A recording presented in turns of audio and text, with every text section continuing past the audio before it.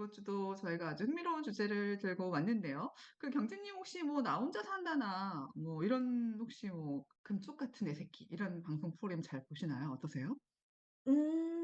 제가 예능 프로를 그렇게 즐겨 보지는 않는데요. 그래도 금쪽 같은 애 새끼나 뭐 심리 혹은 교육 관련된 쪽 콘텐츠는 관심 주제이다 보니 가끔씩 음. 이렇게 시간 날 때 찾아보는 편이에요.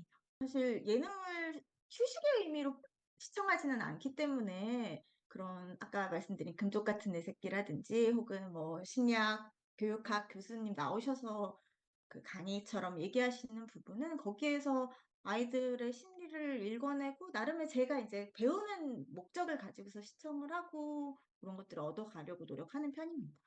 그렇군요. 저도 이제 저는 예전에 금쪽 같은 내 새끼를 좀 보다가 지금은 보지 않고 있는데 뭐랄까 그냥 좀 답답한 면이 없지 않아 있긴 근데 그 아 얘기 그리고 나온 소재들이 좀 반복되는 것 때문에 '더 이상 좀 배울 게 없지 않나.'라는 느낌도 저는 가지고 있는 것 같아요. 음. 그래서 그 얘기를 뭐 이제 친구들하고 얘기를 좀 해 보잖아요. 그러면 이제 아직 미혼인 친구들이 있거든요, 저는. 그 음. 친구들을 얘기를 들어보면요. 어른임에도 불구하고 그 방송을 보고 있으면 '와 아이 키우기가 저렇게 어려운 거구나. 역시 나는 결혼을 안 하길 잘했어.'라고 생각하는 사람들이 간혹 있어요. 그래서 수 있겠네요. 제가 이제 뭐 근데 그런 그 케이스가 그렇게 많지는 않아."라고 경험자적인 입장에서 얘기를 해 준다고 하더라도 이제 그런 경우들이 좀 있더라고요. 오늘 할 얘기들이 아무래도 이런 얘기랑 좀 음. 맞물리는 얘기가 될 것 같은데요. 자, 제목은 이제 "저출산이 나 혼자 산다 때문이다."라고 제가 이제 달아 놨어요. 들어보셔서 아시겠지만 이제 최근에 러시아에서 뭐 "자녀 없는 삶을 장려하는 미디어를 규제하겠다. 처벌하겠다." 이제 이런 법안이 발의가 됐죠. 그러면서 우리나라에서도 사실 비슷한 상황이니까 "그럼 우리나라도 이런 방송들이 문제가 있는데 좀 규제가 필요한 거 아니야?" 뭐 이런 얘기들이 사실 나오고 있는 상황입니다. 이제 러시아도 사실은 출산율 같은 경우가 우리나라 출산율 경주님 아시죠? 네네. 우리나라 출산율이 지금 0.6 명대까지 내려온 걸로 제가 알고 있는데 러시아는 그거에 비하면 지금 출산율 너무 높아요. 저희가 거기에 차마 비빌 것은 아니다. 그니까요. 이게 올해 상반기 기준의 여성 1 인당 출산율이 이제 1.5 명이라고 하거든요. 근데 보통 우리가 안정적인 인구 유지를 위한 비율이 2.1 명이라고 하긴 해서 이제 "그거에 비하면 낮다."라고 하고 있는데 근데 이제 푸틴 대통령 같은 경우도 "국가의 확장이나 발전을 위해서는 가정에 3 명의 아이가 있어야 한다." 뭐 이런 발언을 한 적이 있다고 해요. 그래서 이런 미디어법이 발의가 된 게 아무래도 '푸틴 대통령의 어떤 저희가 깔려 있는 거 아니겠느냐.' 이런 분석들이 좀 나오고 있는 상황이고요. 이런 기사가 뜨자 사실 한국에서 대부분의 네티즌들은 "과격하다. 거의 독재적이다." 뭐 이런 비판들이 분명히 있었지만 일각에서는 한국에서도 이런 법이 좀 필요한 거 아니냐.'라는 여론도 분명히 존재했고요. 실제로 이제 알고 계시겠지만 뭐 "나 혼자 산다."를 대표적으로 거론하긴 했으나 일부 여러 방송들이 뭐 "비혼을 장려한다. 저출산을 뭐 음. 장려한다." 이런 비판을 좀 오랫동안 받아왔습니다. 실제로 네. 정치권에서도 이런 얘기들이 제법 나왔었거든요. 이제 윤석열 대통령 같은 경우에도 인구비상대책회의에서 "나 혼자 산다가 저출산에 영향을 미친다."라고 지적하는 발언을 했다고 이제 알려져 있고 일부 정치인들이나 정부 인사들도 미디어가 보여주는 결혼, 출산에 대한 부정적 이미지가 "지금 저출산에 영향을 끼치고 있어."라고 비판을 한 적들도 있습니다. 근데 전문가들 의견이 조금 다르기는 해요. 사실 뭐 미디어가 대중에 영향을 끼치는 건 맞지. 너무 맞긴 하지만 실제 사람들은 뭐 자기 현실에 따라서 미디어를 수용하지 모두가 그냥 100% 똑같이 그대로 주입받지 않는다라는 입장들을 보여주기도 했고 실제로 미디어 탓만을 하는 이런 의견들은 사람들이 얼마나 주체적으로 미디어를 보는가에 대한 능력을 간과한 거다. 이제 이런 지적들도 있었습니다. 그리고 이제 저출산이 뭐 구조적으로 어디에 문제가 있는지 살펴봐야지 단순히 이게 미디어가 보여주는 게 어디까지 영향인지 지금 알 수도 없는 상황에서 그거를 비판하는 건 좀 말이 되지 않는다. 이제 이런 얘기들이 나왔어요.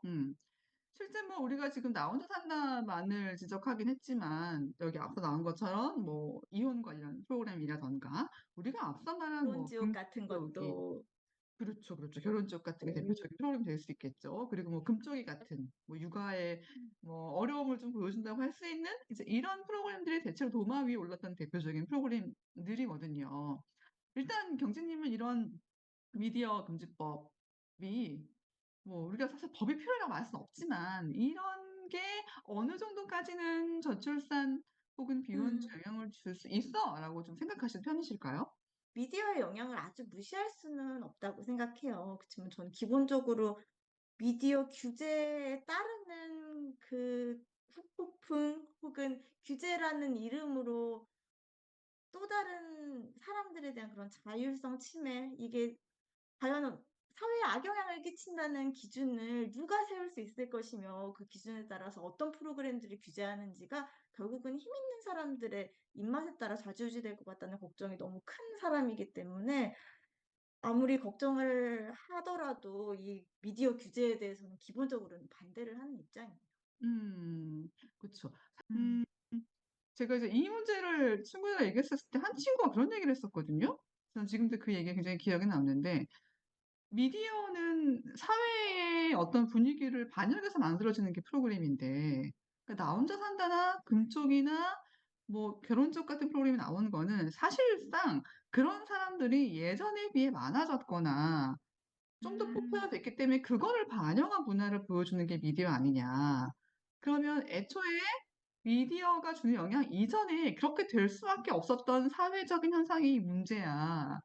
그런데 왜 결과적으로 탄생한 미디어를 가지고 "미디어가 문제라고 하느냐."라고 하는 얘기가 있었거든요. 저는 그 친구의 말 듣고 '어 얘 똑똑하지?' 이랬었는데 그러게요. 인과를 완전히 뒤바꿔서 잘못 해석을 한 거네요. 그러니까요. 그래서 너무 맞는 얘기기도 하고 진짜 우리가 미디어라는 게 다 사회가 어떤 흐름이 있는가 그걸 갖다가 방송으로 만드는 게 미디어인 건데 마치 미디어가 물론 미디어가 선동가 이런 거 역할을 하긴 하죠. 선동 역할을 하긴 하지만 그런 것들이 선동만을 한다고 볼 수 없는 이런 인과관계를 약간 잘못 왜곡하는 문제가 있을 수도 있겠다 이 생각이 들었습니다.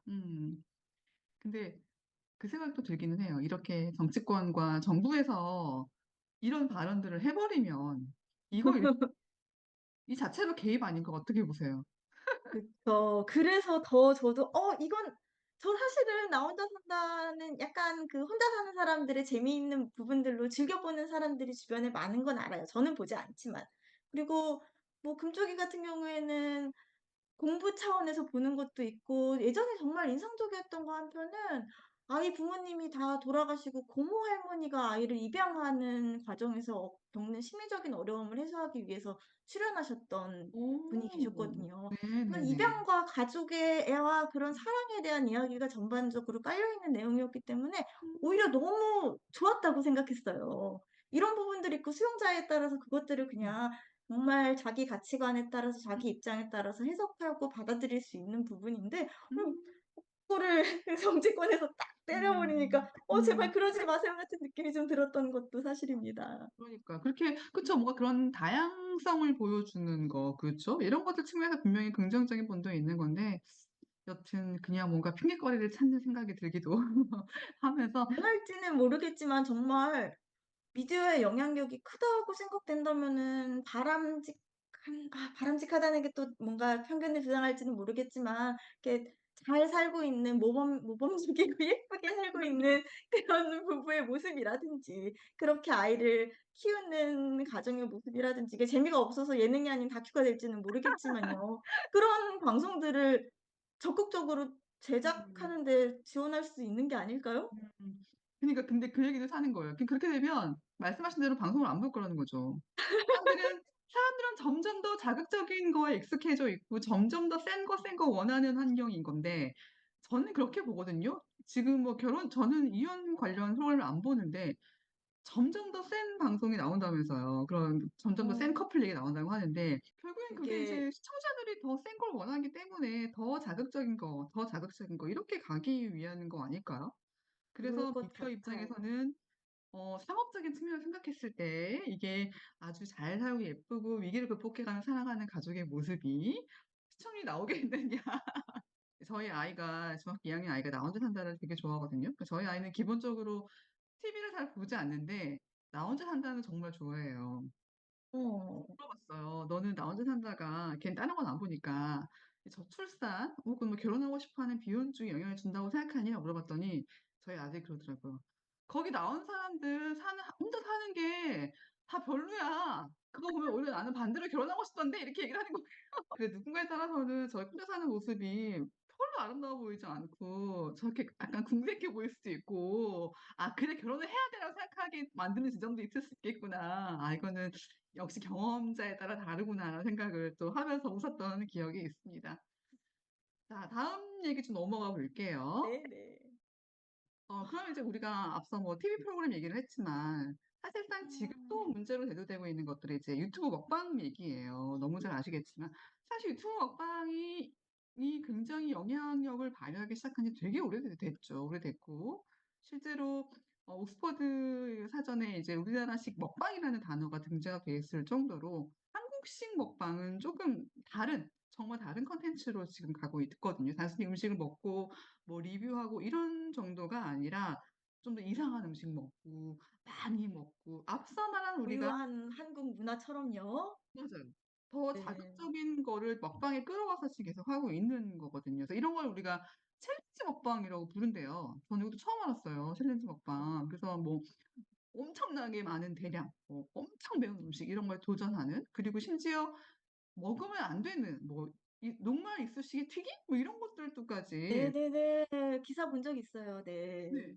그런 거는 괴식이라고 표현한대요. 뭐 괴상한 음식을 표현한다고 하는데 그러니까 어쨌든 뭐 대식, 많이 먹는 대식, 이상한 거 먹는 괴식 이런 것까지 굉장히 선을 넘는 이런 방송들을 하게 되면서 실제로 우리나라는 제가 듣기에 우리나라에서도 이 매운 음식 먹기 챌린지 하다가 뭐 기절 사태도 있었다고 들었고요. 중국이나 필리핀 같은 경우에는 이제 크리에이터들이 사망하는 사례가 발생하면서 특히 필리핀 같은 경우에는 이제 당국에서 "먹방 콘텐츠를 금지하겠다."라는 얘기까지 나왔는데 이런 트렌드를 주도해 온 이제 한국의 먹방이 사회적으로 문제가 되고 있는데 전문가들은 그런 것 같아요. 실제로 아까 말했던 것처럼 말도 안 되는 많은 양을 먹는 건 당연히 건강에 문제, 먹어서 안 되는 식품을 섭취하는 챌린지를 하는 것도 건강에 문제. 특히나 아시겠지만 유튜브가 청소년에게 끼치는 영향은 진짜 어마어마하거든요.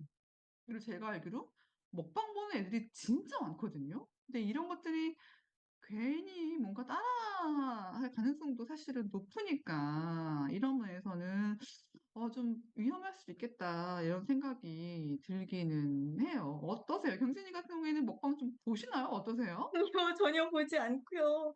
그 음. 먹방이 초창기에 그 불닭볶음면 먹방 이런 맵부심을 자극을 해서 이 콘텐츠가 좀 해외에도 퍼지게 되면서 우리나라의 불닭볶음면을 세계화시키는 데 맞아요. 기여했다. 이런 음. 것들을 좀 봤던 기억은 나네요. 그런 승기가 네. 사실 있긴 했었죠. 그쵸, 일부. 음. 네. 기본적으로는 자유를 좀 더 지향하고 규제를 하지 말아야 한다는 입장이지만 이 먹방은 사망 사고 그리고 개인의 몸에 건강에 피해를 입히는 부분이라면은 사회에 미치는 영향력 때문에 규제를 해야 한다, 말아야 한다라는 거를 개인의 판단에 맡긴다, 자율성에 맡긴다라는 취지라면은 음. 먹방은 일단은 사회에 미치는 영향이라기보다 그 먹방을 찍는 당사자의 건강에 너무 심각한 피해를 끼치기 때문에 이거는 음. 말 그대로 제목에서도 '선을 넘었다.' 우리가 일반적으로 생각할 수 있는 그 자율성의 선을 넘은 것이 아닌가 그런 생각입니다.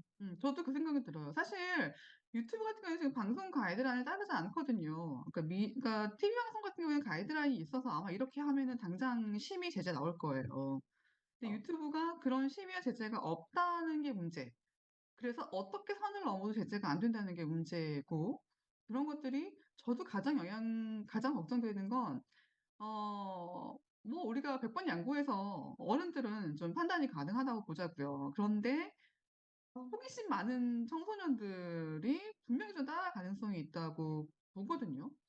예를 들면 무슨 뭐 녹말 이쑤시개 튀기면 먹진 않겠지만 예를 들어서 그렇지만 많은 양을 먹는다든가 말도 안 되는 뭐 맵기를 먹는 이런 것들은 충분히 도전해 볼 만하잖아요, 애들이. 제가 주변 애들 들어보면은 청소년들이 먹방을 정말 많이 본다는 거예요. 정말 많이 본대요. 그래서 그렇다고 하면 이게 경진님 지적하신 대로 크리에이터들의 어떤 건강이나 이런 거에도 큰 영향을 끼치겠으나 우리가 원래 미디어라는 거는 사회적 영향력이 어마어마한 매체인 건데 이게 무분별하게 이렇게 송출되고 있는 게 맞는가라는 생각을 저도 좀 하게 되는 것 같아요.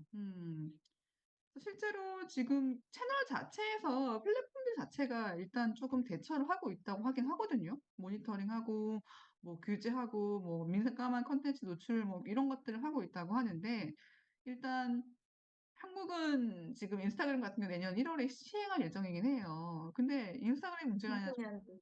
유튜브는 아직 그냥 규제도 받고 있지 않고 있는 상태고 이게 플랫폼이 사실 한두 개가 있는 게 아니잖아요. 우리는 너무너무 많은 플랫폼이 있기 때문에 이게 뭔가 다 같이 조금 자정하는 분위기로 가야 하는데 사실 그건 또 쉽지 않은 분위기이기도 하고 그래서 결국에는 우리가 앞에서 얘기했던 것처럼 그러니까 어디언스 교육의 또 문제인 것 같아요. 이게 보는 사람, 그쵸. 콘텐츠를 소비하는 사람의 입장에 대해서 그런 교육이 잘 되어야 하는데 이제 문제는 우리가 뭐 항상 유튜브의 문제점 지적할 때도 이미 아이들은 너무 많이 중독된 사람들도 많고 너무 많이 노출되고 이렇기 때문에 어디까지 교육이 가능할지, 어디까지 아이들에게 분별력을 키울 수 있을지에 대한 고민은 항상 좀 되는 것 같습니다.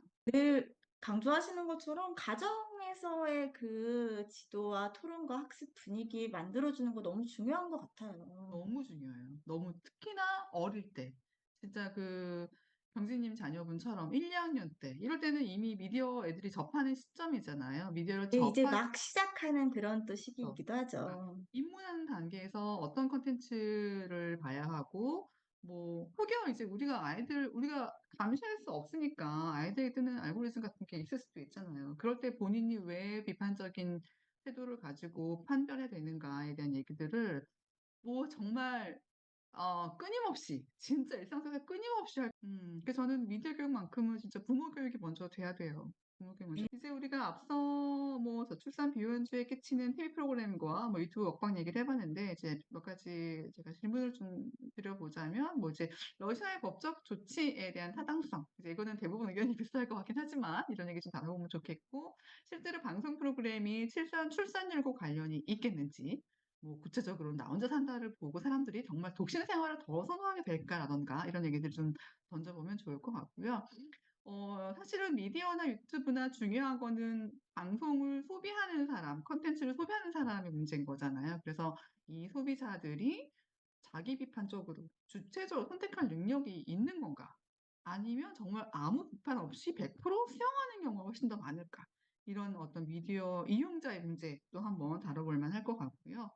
만약에 일부 방송이나 콘텐츠가 나쁜 영향을 준다고 했을 때 그거는 그걸 선택해서 보는 시청자에게 문제가 있는 건지 아니면 그런 콘텐츠를 제작한 제작자에게 문제가 음. 있는 건지 한번 책임 여부를 생각해 볼 필요가 있을 것 같고요.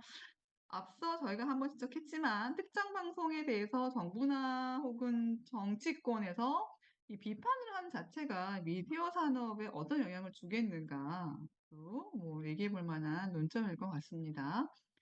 또 이제 먹방으로 넘어가면 먹방 컨텐츠나 챌린지 컨텐츠가 뭐 우리 혹은 뭐 특히 청소년들에게 미치는 영향 또 먹방 컨텐츠가 아까 말씀하신 대로 사실 한국 문화 한식을 알리는 사실 긍정성도 있었잖아요. 그죠? 그런 면에서 긍정적인 측면이 있는지 부정적인 측면은 뭔지 이런 것들도 한번 얘기해 보면 좋겠고 통틀어서 이제 정부나 플랫폼이 어떤 자극적인 콘텐츠 혹은 사회에 나쁜 영향을 준다고 생각하는 콘텐츠들의 규제를 가하는 게 맞는지 아니면 그냥 시청자의 자율적 판단에 맡기는 게 좋은지 또 사실 주요하게 좀 나눠볼 만한 대화일 것 같고요. 또 이제 미디어가 뭐 사회에 끼치는 긍정적 역할, 뭐 부정적 역할, 미디어 제작자는 어떤 책임을 가져야 하는지, 나아가 우리가 이제 미디어의 올바른 역할은 무엇인지까지 확장해서 얘기를 해볼 수가 있을 것 같습니다. 일단 저는 가장 관심 가는 건 이제 그거예요. 이제 미디어 규제가 그래서 필요하냐? 우리가 앞서 경진님과 저 둘 다 뭐 나훈산 같은 데서는 뭐 약간 정부의 개입이 문제 규제하면 안 된다는 입장을 똑같이 제시했던 것 같고 먹방 콘텐츠 같은 경우에는 너무 이제 정말 괴상한 콘텐츠라던가 혹은 뭐 유튜버들의 건강 등을 고려했을 때 어느 정도까지는 뭐 심의나 제재가 필요하다는 입장을 조금 공유한 것 같기는 하거든요. 근데 우리가 이제 아이들과도 그 "선 넘었다."라는 문장을 가지고서도 과연 우리가 허용할 수 있는 사회적으로 허용될 수 있는 그 선이라는 게 어느 정도일지 구체적으로 이렇게 사례들을 다닥다닥 두고서 우리가 줄 세우기를 좀 해 보는 것도 자기 가치 음. 기준선을 정하는 그런 좋은 토론이 될 수 있을 것 같아요. 그렇군요. 맞아요. 그래서 이제 뭐 맞아 우리가 규제를 진짜 전반적으로 다 해야 돼. 다 하지 말아라. 이렇게 하기는 조금 너무 미디어 자체가 혹 콘텐츠 자체가 조금 다양한 측면이 있기 때문에 지금 경진님 말씀하신 대로 내가 생각하는 적당한 선은 어디라고 보는지 혹은 그런 것도 가능할 것 같아요. 그럼 연령대라든가 또 연령대에 맞는 네네. 선이라는 게 분명히 존재할 수 있잖아요. 몇 살 정도부터면은 주체적인 음. 판단이 가능할까 이런 토론도 맞아요. 가능하고. 네. 그런 얘기들을 조금 본인의 경험을 더불어서 해 보면 좋을 것 같고 아무래도 저희가 자라온 세대보다는 요즘 세대들은 미디어 노출이 너무너무 많기 때문에 이런 얘기들이 좀 일찍부터 우리가 앞서 얘기했던 대로 가정교육 얘기처럼 조금 되면 좋겠다 생각이 들기는 합니다. 음. 기왕이면은 너무 막 가르친다는 마음이라기 그런 마음으로 대화를 시작하시기보다는 그냥 평상시에 드라마를 보거나 뭐 이런 TV 방송 프로그램 볼 때에도 그냥 단순히 노출하고 끝나는 게 아니라 서로 끊임없이 대화하면서 이 부분이 음. 좋고 이 부분은 조금 불편하고 이런 내용들을 그냥 음. 일상 대화 속에서 자유롭게 나눠 주시면 너무 좋겠어요. 그럼요, 그럼요. 좋은 말씀이신 것 같아요. 이 미디어 관련 문제는 사실 다룰 수 있는 문제가 굉장히 많아요, 토론 주제로서. 그래서 이제 미디어가 대중에게 끼치는 영향력 문제를 가지고도 분명히 토론해 볼 수 있을 것 같은데요. 뭐 사회적으로 긍정적 역할을 하기도 하지만 또는 뭔가 선동하고 그쵸? 자극적 콘텐츠를 통해서 왜곡된 정보 등을 주입하는 부정적 영향도 있을 수 있기 때문에 요런 걸 가지고도 토론을 해 보실 수 있을 것 같고요. 이제 미디어를 소비하는 태도 문제에서 이제 미디어 소비하는 대중이 능동적인가 아니면 뭐 수동적인가 나는 능동적으로 생각하는지 아니면 나는 능동적인 사람인지 수동적인 사람인지 이런 것을 또 한번 얘기를 해 보시면 좋을 것 같고요. 이제 미디어의 본질적 역할이 사실은 미디어는 상업적으로 탄생한 매체인데 그러면 상업적 목적성을 먼저 우리가 따져야 되는 건지 그렇지 않다. 사회적 영향력을 봤었을 때 교육적 목적이 우선이어야 하는지 이 부분도 조금 토론해 보기에 좋을 주제일 것 같습니다. 비슷한 맥락이긴 하지만 그래서 미디어는 사회적 책임을 다하는 게 먼저인 건지 아니면 자유로운 콘텐츠 생산이 먼저인 건지도 한번 미디어와 관련해서 얘기를 해볼 수가 있을 것 같아요. 이제 저학년들에게는 이런 걸 가지고 대화해 보면 좋겠다. 이런 아이디어 있으시면 좀 제안해 주시면 좋을 것 같아요. 네. 사실 저학년 같은 경우에는 나온산이나 먹방 이런 것들을 당연히 같이 보면서 이야기할 수 없어요. 그 예능 자체도 15세 이상 관람가이고 아이들이랑 나눠서 같이 보면서 이야기 나눌 수 없는 콘텐츠이기도 하다 보니까 아이들 보는 애니메이션 같은 경우에도 어. 이게 단순히 유아부터 다 볼 수 있는 요새 나오는 캐치 티니핑 이런 유튜브 키즈에 나오는 콘텐츠들 초등학생 안 보거든요, 절대로. 근데 그 이상으로 올라가면 이제 7 세, 12 세, 15세 이런 식으로 연령가가 구분이 되어 있는데요. 저도 이번 기회에 한번 다시 찾아보았거든요. 각 음. 연령을 심의하는 그 기준이 무엇인지, 그러면 이 기준이 적당하다고 생각이 되는지, 우리가 함께 봤던 드라마 우영우 같은 경우, 이상한 변호사 네. 우영우 같은 경우 아이랑 굉장히 잘 보면서 대화를 나눴던 좋은 드라마로 저는 기억을 하고 있는데 그 드라마도 15세 관람가더라고요. 네. 네. 초등학생과 함께 보았지만 이제 이런 음. 것들을 보면서 우리가 어떤 부분을 비판적으로 수용해야 되는지 그런 콘텐츠의 미디어 콘텐츠의 연령 제한에 대한 이야기도 나눠볼 수 있을 것 같아요. 좋네요. 결국에 저는 사실은 그게 제일 중요한 것 같아요. 미디어 관련 교육에서 이런 토론 자체를 어른들끼리 하잖아요. 근데 결국 저는 이런 문제 아이가 참여하는 건 되게 중요하다고 생각해요. 우리가 늘 미디어 얘기하다 보면 미디어 리터러시 얘기하게 되잖아요. 미디어 리터러시 하는데 네네. 결국에는 아이들이 어떤 매체를 분별력 있게 비판적으로 수용하느냐. 우리가 오늘 토론의 내용과 너무너무 잘 맞아떨어지는 게 미디어 리터러시인 건데 뭐 독일 같은 경우에는 미디어 리터러시를 할 때 청소년들을 당연히 포함시켜요. 그 주체를 음. 시켜서 같이 토론하고 같이 뭔가 사회 문제나 어떤 그런 기준을 만들어가는 것들을 하고 있더라고요, 법적으로 보면. 그리고 점점 더 그거를 확대해가는 분위기이기도 하고. 네네. 그래서 너무 필요할 것 같아요. 네네. 그래서 우리도 이제 단순히 어른들이 정해서 "이렇게 하기로 했어." 교육하는 게 아니라 아이들을 진짜 포함시켜서 하는 게 훨씬 더 진짜 긍정적 영향을 줄 수 있고 훨씬 더 사회적으로 의미가 있는 일이 아닐까 생각이 듭니다. 좋은 의견이신 것 같아요. 오늘도 너무 정말 유익한 주제 나눴는데 저희가 해 보자면 너무너무 끝이 없는 주제이긴 하지만 이제 이쯤에서 마무리하도록 하고요. 저희는 다음 시간에 또 유익한 주제로 돌아올게요. 감사합니다. 감사합니다.